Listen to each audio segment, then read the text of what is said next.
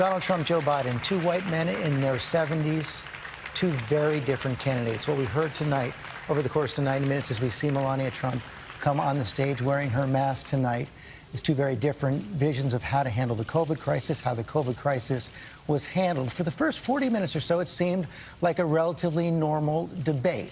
As the candidates laid out their positions on the COVID crisis, got heated about 40 minutes in when Joe Biden unexpectedly went on offense over Donald Trump and his personal lawyer, Rudy Giuliani.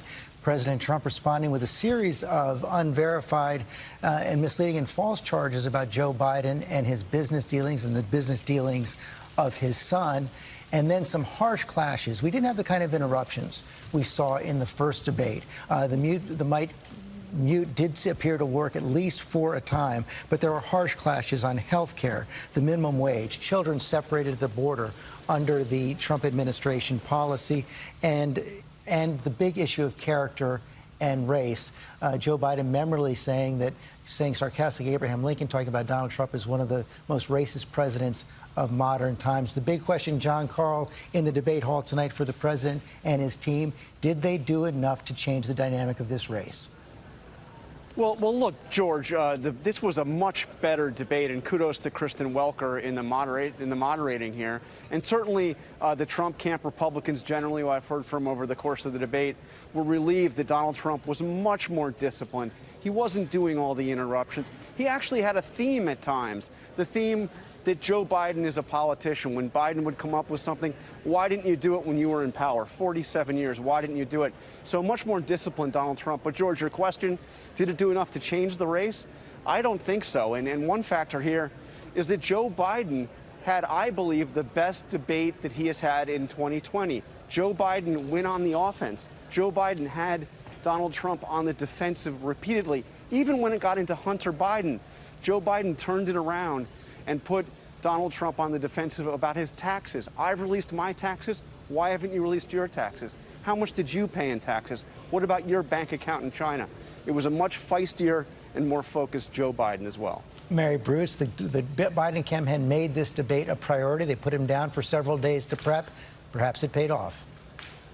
It certainly seems that way. And, you know, George, going into this debate, we were talking about how in many ways Joe Biden just needed to stay the course. This was anything but trying to run out the clock here tonight. Joe Biden was surprisingly aggressive. It was, I think I agree with John Carl, his strongest debate performance, much stronger certainly than the face-off that we saw him have during the primary. And he did go on offense. He went after Trump really hard on his taxes, on his lack of a health care plan, on foreign influence, on immigration and child separation policies. And his team tonight feels that he did a very strong job here. They say, you know, yes, the president may have had a softer tone, that there weren't the constant interruptions that we saw at the last debate.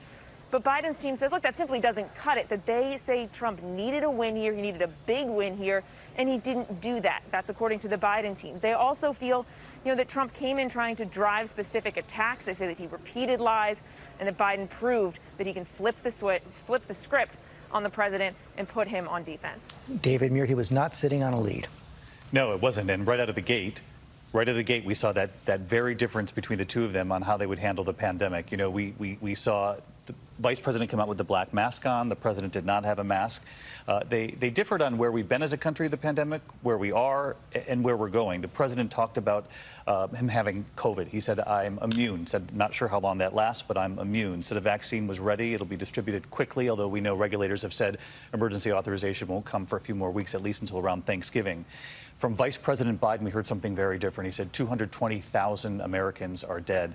Any president who's responsible for that many deaths should not remain president of the United States. He used the word responsible, which is a strong word for Vice President Biden to use. He said we're about to go through a very dark winter, in stark contrast to what we've heard from Donald Trump, not only in the campaign trail this week, but he said it again tonight during the debate that we are rounding the corner, despite the surge the three of us have been reporting on in this country. And it's really no part of this country is immune to the spike that we're seeing right now.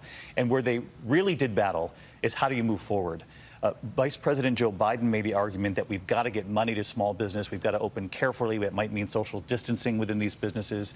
The president continued to try to hammer him, saying, you've got to open things up. We are stifling the economy here in this country. But it was very stark, the difference on every single point when it comes to the pandemic. Definitely on the pandemic. And Lindsay, one of the other things I think we saw the president trying to make headway with these attacks against Joe Biden, his personal corruption. He said it seemed like Joe Biden came back and sort of embraced that debate, saying character is on the ballot. Right, and looked right at the American public at that moment and said, you know who we are, right? And now you make that decision. I thought that was a really strong and compelling moment that Joe Biden had. I think that he really had one job to do tonight, and that was do no harm, and I think that he accomplished that. Chris Christie said right off the top that Donald Trump's job was to say, what is he going to do in the next 4 years? Instead, he really gave what you're going to get if Joe Biden is to get elected. You're going to have a depression, the likes of which nobody has ever seen. The stock market is going to crash. Fracking will go away. You're going to have socialized medicine. Small businesses will have to fire employees, and went on and on and on. Even when he was asked what he would be saying in his inauguration, which presumably would have been after he defeated Joe Biden.